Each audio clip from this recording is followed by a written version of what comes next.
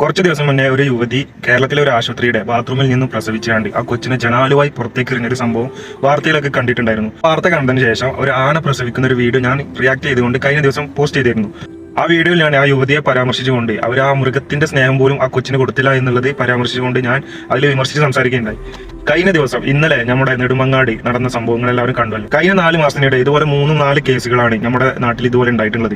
ശരിക്കും എന്തൊക്കെയാണ് നമ്മുടെ നാട്ടിൽ നടക്കുന്നത്? നമ്മുടെ സമൂഹത്തിന്റെ എന്താ പറയാ ഒരു ചുറ്റുപാടോ എന്താണ് കൊച്ചു കുഞ്ഞുങ്ങളോടൊക്കെ ഇങ്ങനെ കാണിക്കുന്നത് ആലോചിച്ച് നോക്കിങ്ങളെ. അതുപോലെ വഴിയിൽ ഉപേക്ഷിച്ച് പോവുക, ആശുപത്രിയിൽ ഉപേക്ഷിച്ച് പോകുന്നത്, അതുപോലെ പല കേസുകളും നമ്മുടെ നാട്ടിൽ നടക്കുന്നുണ്ട്. ഒരു കുഞ്ഞിക്കാൽ ഉണ്ടാകാൻ വേണ്ടി ആഗ്രഹിച്ച് നടക്കുന്ന എന്തോരം ആളുകളുടെ നാടാണ് നമ്മുടെ കേരളമൊക്കെ. ഒരുപാട് ആളുകൾ, എനിക്ക് എന്റെ അറിവ് തന്നെ ഒരുപാട് ആളുകളുണ്ട്. പല അമ്പലങ്ങളിലും പല പള്ളികളിലും ഒക്കെ പോയിട്ട് നേർച്ചയും വഴിപാടുകളും എന്താ പറയാ പല രീതിയിലുള്ള മരുന്നും ആശുപത്രികളും ഒക്കെ കയറി ഇറങ്ങിയാണ് നടക്കുന്ന ഒരുപാട് ആളുകളുണ്ട്.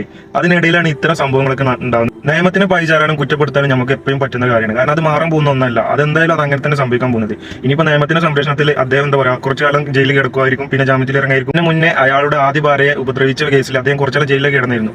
ആ കേസ് സ്ട്രോങ് ആയിട്ട് അന്ന് നടന്നിട്ടുണ്ടെങ്കിൽ ഇന്ന് ഈ അവസ്ഥ നാട്ടിൽ സംഭവിക്കില്ലായിരുന്നു. ആലോചിച്ച് നോക്കി, ആ ഭാര്യ 13 മാസം കോമയിൽ കിടന്നിട്ടുണ്ടെന്ന് പറയുന്നത്. ഒരാളെ അടിക്കുന്നത് കണ്ടിട്ട് ആത്മാർത്ഥമായിട്ട് മനസ്സിൽ എന്താ പറയുക ഒരു സന്തോഷം തോന്നിയ നിമിഷവും അദ്ദേഹത്തെ തെളിവെടുപ്പിന് വേണ്ടി കൊണ്ടുവന്നപ്പോൾ നാട്ടുകാരിട്ട് പെരുമാറിയത് കണ്ടപ്പോൾ ശരിക്കും നാട്ടുകാരാണ് ഇത്തരം ആളുകളെ കൈകാര്യം ചെയ്യേണ്ടത്. എന്നാൽ ഇതൊക്കെ പഠിക്കത്തുള്ളൂ. കേരളത്തിലെ സ്ത്രീകളോടാണ് എനിക്ക് പറയുന്നത്, നിങ്ങൾ ആഗ്രഹിക്കുന്നുണ്ടെങ്കിൽ മാത്രം, നിങ്ങൾ അതിന് തയ്യാറെടുത്തിട്ടുണ്ടെങ്കിൽ മാത്രം ഒരു കൊച്ചിനെ ജന്മം നൽകാൻ ശ്രമിക്കുക. വെറുതെ പെറ്റിട്ടിട്ട് എന്താ പറയുക ഇതുപോലത്തെ തോന്നിവാസം കാണിക്കാനും ഇതുപോലത്തെ എന്താ പറയുക നെറുകേടിനാണെന്ന് വെച്ചെങ്കിൽ എല്ലാവരെയും അല്ല ഞാൻ പറയുന്നത് കേട്ടോ. പക്ഷേ ഇതുപോലത്തെ നരഭോജികൾ ഇനിയും ഉണ്ട് നമ്മുടെ സമൂഹത്തിൽ. അതുകൊണ്ടാണല്ലോ ആലോചിച്ച് നോക്കി ഈ ഒരു കുറഞ്ഞ കാലത്തിൽ എത്രത്തോളം കേസുകൾ ഇതിനാസ്പദമായിട്ട് നമ്മൾ കണ്ടിട്ടുണ്ട്. ഇനിയും വരും, സംശയമൊന്നും വേണ്ട. കാരണം ഇങ്ങനത്തെ ആളുകൾ ഇനിയും ഉണ്ട് നമ്മുടെ സമൂഹത്തിൽ. നമുക്ക് അവരെ കണ്ടെത്താൻ കഴിയില്ല എന്നുള്ളതാണ് നമ്മുടെ നിർഭാഗ്യവശാലുള്ള നമ്മുടെ പ്രശ്നം. ഇനി അഥവാ നിങ്ങൾക്ക് ഇങ്ങനെ ഒരു കൊച്ചുണ്ടാവുക എന്തെങ്കിലും ചെയ്യുകയാണെങ്കിൽ നമ്മുടെ നിയമം തന്നെ പല ഓപ്ഷനുകൾ പല എന്താ പറയുക പല നിയമത്തിന്റെ വഴിക്ക് നമുക്ക് ഇതിനെ അഡോപ്റ്റ് ചെയ്യാനും പല ഓപ്ഷനുകളും നമുക്കുണ്ട്. നമ്മുടെ നാട്ടിൽ ഒരുപാട് ആളുകൾ അതിന് തയ്യാറാണ്. ഇപ്പൊ ഞാൻ ഇന്നലെ കങ്ക് എന്ന് പറയുന്ന ഒരു യൂട്യൂബ് പരിപാടി ഞാൻ ഇന്നലെ കണ്ടൊരു വീഡിയോ ഞങ്ങൾക്ക് ഇതിൽ പോസ്റ്റ് ചെയ്യാണ്. അതിനെ പറ്റിയിട്ട് ഒരു നിയമവശം പറയുന്ന ഒരു വീഡിയോ ഞാൻ ഇന്നലെ കാണാനിടയുണ്ടായി. ഞാൻ അത് ഇതിന് കൂടെ ആഡ് ചെയ്യാണ്. കാരണം അത് അത്യാവശ്യമാണ്. ഈ വീഡിയോ കാണുന്ന ആരെങ്കിലും ഉണ്ടെങ്കിൽ ഇത്ര ആളുകൾ ഇങ്ങനത്തെ വീഡിയോ കാണുന്നുണ്ട്, ദയവ് ചെയ്ത് നിയമത്തിന്റെ വഴിക്ക് നിങ്ങൾ ആ കൊച്ചിനൊരു ഭാവി കൊടുക്കുക. കൊച്ചിനെ നിങ്ങൾ വെറുതെ വിടുക. നിങ്ങൾ എന്തോ ആയിക്കോ, നിങ്ങൾക്ക് നിങ്ങൾ അവകാശപ്പെടുന്ന നിങ്ങൾക്ക് എങ്ങനെ നിങ്ങൾക്ക് നിങ്ങളെ ഇഷ്ടം പോലെ നടന്നു. പക്ഷെ നിങ്ങളെ കൊച്ചുങ്ങളെ നിങ്ങൾ ഇത്തരം കുരുതിക്ക് വിട്ടുകൊടുക്കാതിരിക്കുക. എന്തായാലും ഈ വീഡിയോ ഞാൻ പങ്കുവെക്കാണ്, നിങ്ങൾ കണ്ടു നോക്കിട്ടോ.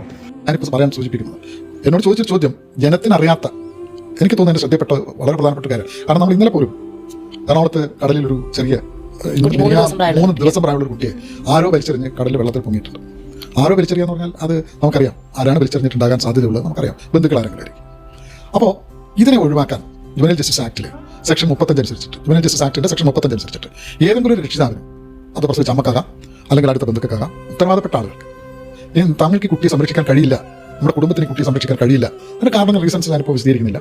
ഏതെങ്കിലും റീസൺ ആകാം, അവരുടെ സാമൂഹ്യമാകാം, സാമ്പത്തികമാകാം, അങ്ങനെയുള്ള ഏതെങ്കിലും ഒരു സാഹചര്യത്തിന്റെ അടിസ്ഥാനത്തിൽ നിങ്ങൾക്ക് കുട്ടിയെ സംരക്ഷിക്കാൻ കഴിയില്ല എന്ന് പൂർണ്ണ ബോധ്യം വരികയാണെങ്കിൽ അത് വളരെ രഹസ്യമായിട്ട് ഈ ജുവനൈൽ ജസ്റ്റിസ് ആക്ടിന്റെ കീഴിൽ രൂപീകരിച്ചിട്ടുള്ള ചൈൽഡ് വെൽഫെയർ കമ്മിറ്റി മുമ്പാകെ